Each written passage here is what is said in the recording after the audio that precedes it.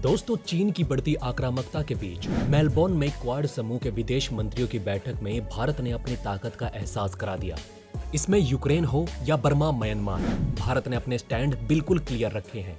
बैठक के बाद ज्वाइंट प्रेस कॉन्फ्रेंस में उसने अमेरिकी विदेश मंत्री एंटनी ब्लिंकन की मौजूदगी में साफ कर दिया कि वो अमेरिका के लिए रूस से दोस्ती कतई नहीं तोड़ेगा।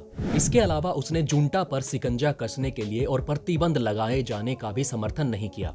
भारत ने साफ किया कि वो सिर्फ संयुक्त राष्ट्र में चर्चा के बाद लगाए जाने वाले प्रतिबंधों का समर्थन करता है। किसी देश या कुछ देशों के समूह की ओर से एक तरफा रोक लगाने का वो पक्षधर नहीं है।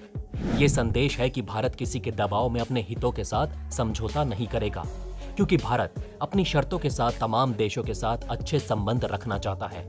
इसके साथ ही क्वाड में हुई हाल ही की मीटिंग के बारे में चलिए आपको विस्तार से बताते हैं। दोस्तों, विदेश मंत्री एस जयशंकर ने हिंद प्रशांत क्षेत्र की सुरक्षा में 4 देशों के गठबंधन क्वाड की बड़ी भूमिका निभाने की आवश्यकता पर जोर दिया। चीन रणनीतिक रूप से बेहद महत्वपूर्ण क्षेत्र में अपनी सैन्य शक्ति बढ़ाने के प्रयास करता रहा है। चीन लगभग पूरे दक्षिण चीन सागर पर अपना दावा करता रहा है। हालांकि ताइवान, फिलीपींस, ब्रुनेई, मलेशिया और वियतनाम भी इसमें अलग अलग हिस्सों पर अपना दावा करते हैं। बीजिंग ने दक्षिण चीन सागर में सिंथेटिक आइलैंड और सैन्य प्रतिष्ठान बनाए हैं। बीजिंग का ईस्ट चीन सागर को लेकर जापान के साथ भी समुद्री विवाद है। चीन की इस आक्रामकता से निपटने के लिए क्वाड का गठन किया गया है। इसमें भारत, जापान, अमेरिका और ऑस्ट्रेलिया शामिल है। मेलबोर्न में क्वाड विदेश मंत्रियों की चौथी बैठक में कई मुद्दों पर चर्चा हुई। इनमें हिंद प्रशांत क्षेत्र में खुला रखने के साथ वैक्सीन की निर्बाध डिलीवरी, मानवीय सहायता, आतंकवाद विरोधी प्रयासों पर खूब चर्चा हुई। चीन के बढ़ते अड़ियल रवैये की पृष्ठभूमि में ये बैठक हुई। बैठक के बाद ज्वाइंट स्टेटमेंट जारी किया गया। इसमें मुंबई और पठानकोट हमलों का खासतौर से जिक्र किया गया। तमाम देशों से आतंकियों के सुरक्षित पनाहगाह को हटाने की बात कही गई। वहीं इस मीटिंग में रूस यूक्रेन पर क्वाड में एक राय नहीं। हालांकि इस दौरान यूक्रेन और म्यांमार मसले मतभेद भी साफ दिखाई दिए। रूस के साथ भारत के करीबी रिश्ते हैं। वो यूक्रेन पर कोई एक्सट्रीम पोजीशन के पक्ष में नहीं है। मीटिंग में रूस पर चर्चा हुई, लेकिन ज्वाइंट स्टेटमेंट में इसका जिक्र नहीं किया गया। ब्लिंकन ने बाद में कहा कि यूक्रेन पर रूस कभी भी चढ़ाई कर सकता है। जब विदेश मंत्री एस जयशंकर से भारत के रुख के बारे में पूछा गया तो उन्होंने कहा कि भारत पहले ही संयुक्त राष्ट्र सुरक्षा परिषद यानी यूएनएससी में अपना पक्ष रख चुका है। भारत चाहता है कि सभी देशों की सुरक्षा चिंताओं का ध्यान रखा जाए। चीन रूस की पार्टनरशिप और क्वाड उसे काउंटर करने के लिए क्या कर रहा है? इस सवाल के जवाब में जयशंकर जी ने कहा कि ये समूह किसी के खिलाफ नहीं है। ये सभी क्षेत्रीय देशों के संप्रभुता की सुरक्षा करने का आह्वान करता है। म्यांमार मसले पर भी भारत ने अपना पक्ष रखा। दोस्तों, आपको बता दें कि म्यांमार के मसले पर भी भारत का रुख अमेरिका से अलग दिखा। ऑस्ट्रेलिया का स्टैंड भी भारत से मेल खाता हुआ दिखा। अमेरिका, ब्रिटेन और कनाडा म्यांमार में सैन्य तख्तापलट की जवाबदेही तय करने के लिए और स्थानीय अधिकारों पर प्रतिबंध लगाने की तैयारी कर रहे हैं। हालांकि भारत ने साफ कर दिया कि वो नेशनल सैंक्शन की पॉलिसी का समर्थन नहीं करता। भारत ने दो टूक कहा कि उसे किसी देश या देशों के समूह की ओर से एक तरफा प्रतिबंध लगाने की कार्यवाही मंजूर नहीं है। इस मामले में वो सिर्फ संयुक्त राष्ट्र के प्रतिबंधों से सहमत है। दोस्तों, आपको बता दें कि जयशंकर 10 से 13 फरवरी तक विदेश मंत्री के रूप में ऑस्ट्रेलिया की पहली यात्रा पर थे। उन्होंने ऑस्ट्रेलिया, जापान और अमेरिका के विदेश मंत्रियों के साथ चौथी क्वाड विदेश मंत्रियों की बैठक में भाग लिया।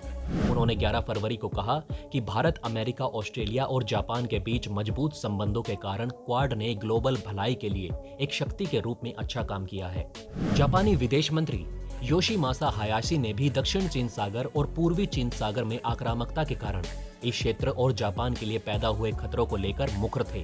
उन्होंने इस क्षेत्र में चीनी अभ्यास का जिक्र किया, हालांकि किसी देश का नाम नहीं लिया। योशिमासा हायाशी ने इस बात पर भी प्रकाश डाला कि किम जोंग उन की बैलिस्टिक मिसाइल परीक्षणों की हड़बड़ी क्षेत्र की स्थिरता के लिए एक निरंतर खतरा है। हायाशी ने इस बारे में भी विस्तार से बताया कि ताइवान इस क्षेत्र की सुरक्षा और आर्थिक समृद्धि के लिए कितना महत्वपूर्ण है, और कहा कि जब इस साल के अंत में क्वाड राष्ट्र अध्यक्षों की बैठक बुलाई जाएगी तो इसमें वो शामिल होगा। ऑस्ट्रेलियाई विदेश मंत्री पायने ने उन राष्ट्रों के बारे में बात की जिन पर चीन का भारी कर्ज है और चीन पर निर्भरता के कारण वो राष्ट्रीय हितों से समझौता कर रहे हैं। पायने ने कहा कि हम जबरदस्ती की आर्थिक नीतियों पर प्रथाओं का विरोध करते हैं और इस तरह के कार्यों के खिलाफ ग्लोबल आर्थिक लचीलापन को बढ़ावा देने के लिए सामूहिक रूप से काम करेंगे। अमेरिकी विदेश मंत्री एंटनी ब्लिंकन ने कहा कि हिंद प्रशांत क्षेत्र 21वीं सदी को आकार देगा। उन्होंने यूक्रेन संकट पर इशारों में कहा कि ऑस्ट्रेलिया से आधे रास्ते में जो हो रहा है वो अहमियत रखता है, क्योंकि ये किसी भी देश के साथ हो सकता है। अगर इस तरह की कार्रवाइयों को बेरोक-टोक अनुमति दी गई तो ये बयान यूक्रेन की सीमा पर रूसी आक्रमण के अमेरिकी दावों की ओर इशारा करता है। इसके बाद चाइना की तरफ से भी बयान आया। चलिए इसके बारे में आपको बताते हैं। दोस्तों, चीन ने 11 फरवरी को कहा कि उसे आगे बढ़ने से रोकने के लिए क्वाड गठबंधन एक उपकरण की तरह है और ये टकराव को तेज करने के लिए जानबूझकर उठाया गया कदम है, जो सफल नहीं होगा। क्वाड में भारत, ऑस्ट्रेलिया, अमेरिका और जापान शामिल है।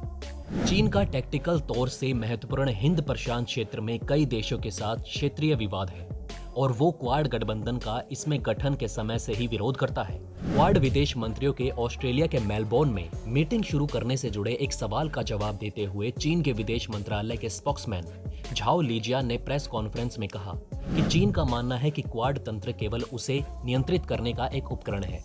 उन्होंने कहा, यह टकराव को भड़काने और अंतर्राष्ट्रीय एकजुटता और सहयोग को कमजोर करने के लिए जानबूझकर उठाया गया कदम है। उन्होंने कहा, मैं इस बात पर जोर देना चाहता हूं कि शीत युद्ध लंबा खिंच गया है और चीन को रोकने के उद्देश्य से गठबंधन बनाने का कोई भी प्रयास सफल नहीं होगा। क्वाड विदेश मंत्रियों की बैठक से पहले झाओ ने 9 फरवरी को कहा था कि चीन विशेष गुट बनाने और टकराव को उकसाने से जुड़ी किसी भी कदम को खारिज करता है।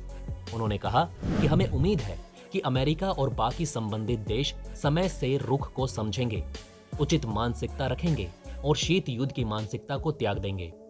इससे साफ दिखता है कि चाइना क्वाड देशों से कितना घबराया हुआ है, इसलिए वो क्वाड को दुनिया की शांति भंग करने वाला गुट बताता है और इसे शीत युद्ध से जोड़ देता है। यूक्रेन को लेकर रूस और उत्तरी अटलांटिक संधि संगठन नाटो देशों के बीच बढ़ते तनाव, अफगानिस्तान संकट और हिंद प्रशांत क्षेत्र में चीन के बढ़ते दबदबे को लेकर चिंताओं के बीच क्वाड समूह के विदेश मंत्रियों ने 11 फरवरी को मेलबोर्न में व्यापक बातचीत की। चीन लगभग सभी विवादित दक्षिण चीन क्षेत्र पर अपना दावा करता है। हालांकि ताइवान, फिलीपींस, ब्रुनेई, मलेशिया और वियतनाम भी इसके कुछ हिस्सों पर दावा करते हैं। विदेश मंत्री एस जयशंकर, अमेरिकी विदेश मंत्री एंटनी ब्लिंकन, जापानी विदेश मंत्री योशिमासा हायाशी और ऑस्ट्रिया के विदेश मंत्री मारिस पायने ने मेलबोर्न में वार्ता से पहले ऑस्ट्रेलियाई प्रधानमंत्री स्कॉट मॉरिसन से संयुक्त रूप से मुलाकात की। दोस्तों, कैसी लगी आपको ये वीडियो हमें कमेंट करके जरूर बताएं। साथ ही क्वाड मीटिंग में हुई बातचीत पर आपकी क्या राय है ये भी हमें कमेंट में बताना ना भूलें। वहीं अगर आपको ये वीडियो अच्छी लगी तो इसे लाइक और थम्स अप देना ना भूलिएगा और अगर आपने अभी तक हमारे चैनल को सब्सक्राइब नहीं किया है तो जाते जाते चैनल को सब्सक्राइब जरूर करें। खुश रहें, ध्यान रखें। जय हिंद।